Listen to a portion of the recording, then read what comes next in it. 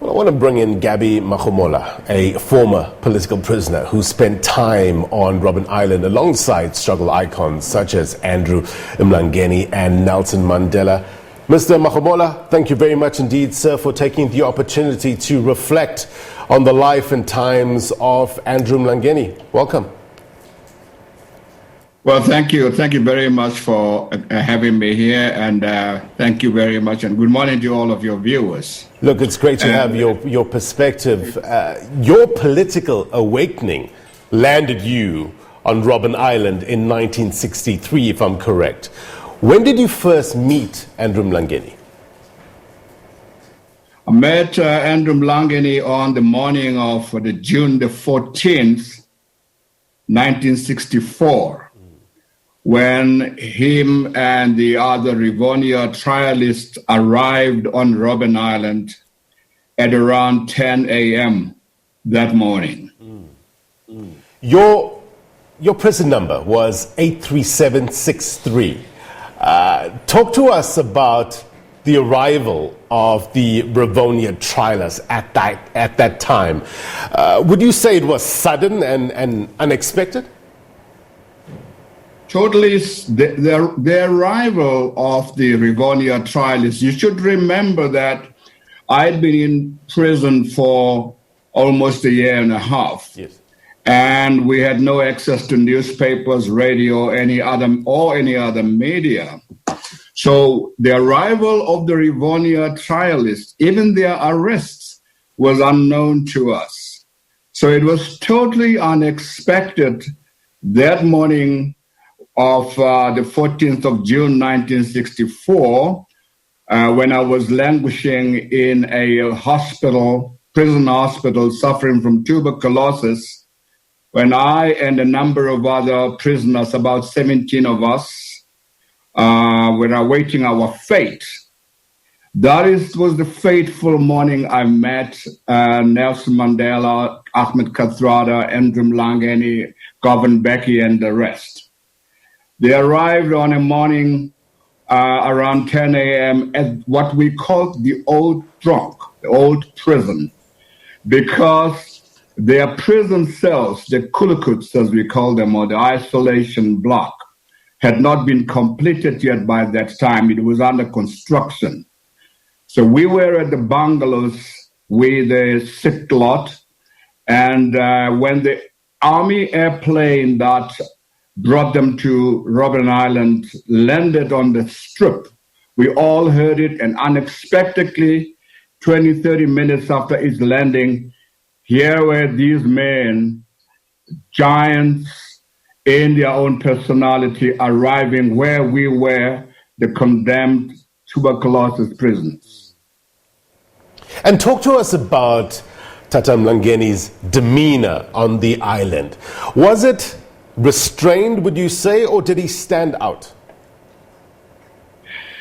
Andrew Mlangeni, as I recall, and I was only just over my teens, I was 20 years old, I remember him.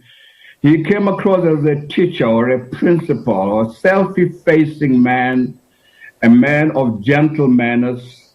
He came across as the one who would like to be in the background rather than be in the front. You know, this thing they call leading from behind.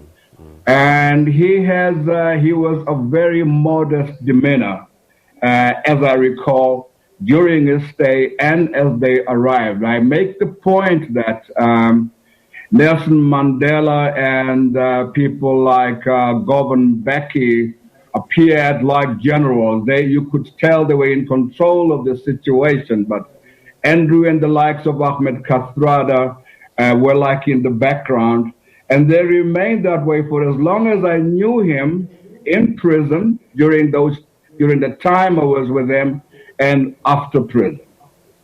And the trialists, the Rivonia Trialists' presence on Robben Island, did it give other political prisoners hope? Did it provide inspiration? Well, the news took time before it penetrated into the main prison that the leaders had arrived. But when they got to when it got to be general knowledge that the Rivonia Trialists were with us in some part of the prison, and luckily I was in that part of the prison, it gave a lot of hope. It gave a view that, you know, Siphelele, we are all together, because the leadership and us, the cadres, were there, and it provided hope. It provided a vision of what it would look like years after our imprisonment. You know, Andrew Mlangeni was described as a beacon of ethical leadership by his words and his deeds. You know, just watching him on screen, I guess you could tell that he cared for humanity, not only in his own country, but also around the world. If there's one lesson that you can draw from his life, what would it be? Andrew Mlangeni has always carried himself in an exemplary fashion.